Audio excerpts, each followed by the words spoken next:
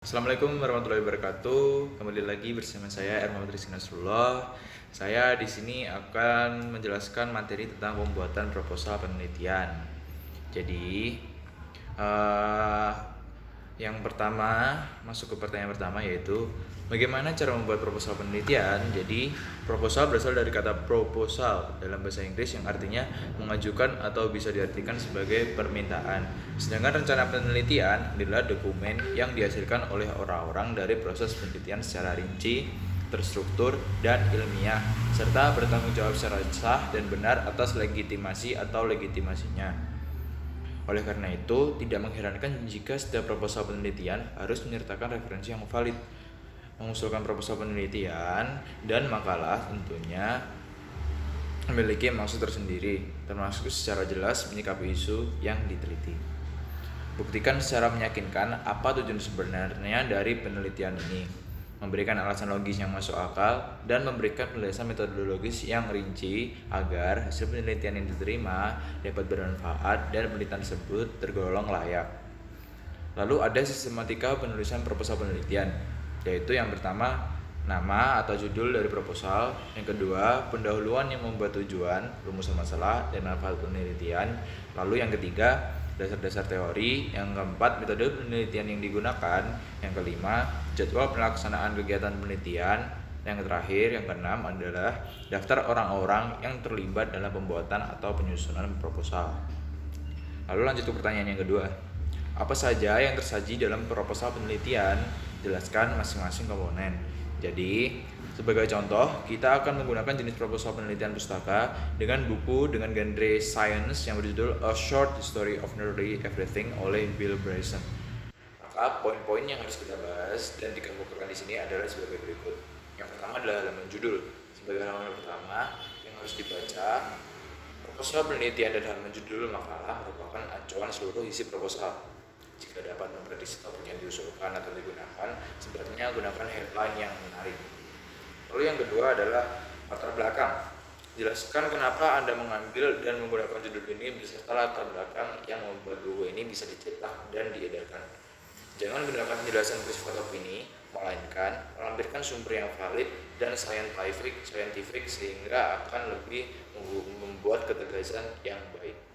Yang ketiga adalah rumusan masalah. Pernyataan masalah dapat diturunkan dari masalah atau topik yang akan dipelajari. Karena adanya satu variabel dan variabel lain yang terkait, maka harus mampu membuat sarana penelitian dan makalah dengan memperhatikan tahapan-tahapannya. Lalu yang keempat, batasan masalah. Proposal dan makalah juga harus memiliki dan menentukan ruang lingkup masalah yang akan dipelajari untuk menghindari panjang yang berlebihan. Batasan ini mencakup ruang lingkup penelitian atau ruang lingkup penelitian yang dilakukan sehingga tidak mencakup hal yang tidak terkait. Yang kelima adalah tujuan penelitian. Setiap penelitian memiliki tujuan masing-masing yang harus ditetapkan secara wajar dan meyakinkan, sehingga target pembaca merasa tertarik. Karena mahasiswa yang melakukan penelitian ini dapat memahami dan memahami sejarah penemuan ilmiah yang ada, serta keabsahan hasil sejarah penemuan tersebut. Lalu lanjut yang keenam, manfaat penelitian. Pengusulan proposal penelitian dan makalah itu harus memiliki manfaat yang jelas dan penelitian harus dilakukan dengan baik.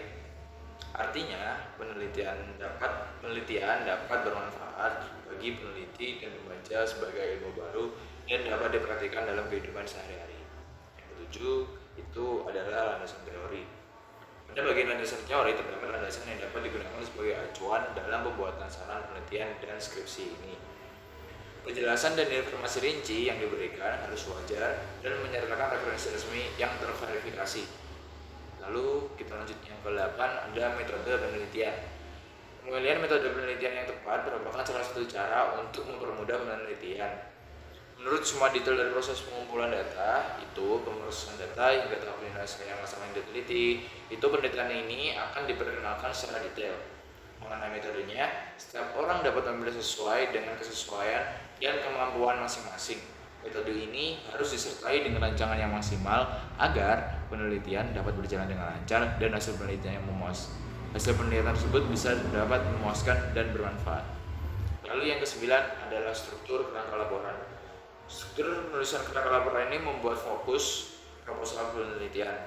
Hal tersebut menyertai semua aspek dasar dan menjadi alasan pemilihan penelitian ini dari proses awal hingga tahap akhir. Yang ke-10 adalah daftar pustaka. Halaman daftar pustaka saat penelitian tentunya sama dengan halaman daftar pustaka makalah umum. Pada percobaan akhir, semua sumber data yang dikutip dicantumkan dalam daftar pustaka sebagai pelengkap. Menurut aturan, daftar pustaka mencakup semua sumber dari buku, majalah, internet, dan sumber lainnya. Contoh penulisan buku yang benar adalah nama pengarang, di balik itu diikuti dengan titik, tahun percetakan, judul buku ditulis titik-titik dengan huruf miring, tanda kurung, kota penerbitan, dan nama penerbit dibuka. Lalu yang ke-11 yang terakhir adalah kesimpulan dan penutup. Menemukan referensi sebanyak mungkin adalah teknik terbaik yang bisa dicoba. Cara ini akan meningkatkan dan menghasilkan proposal penelitian yang lebih baik dan lebih serius. Tetapi juga akan memberikan kesan bahwa Anda benar-benar memahami topik penelitian yang dipilih.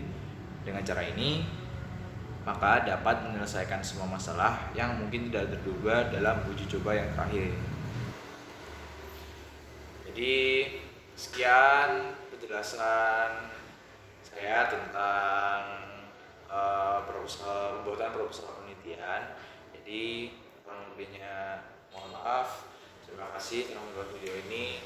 Semoga bermanfaat.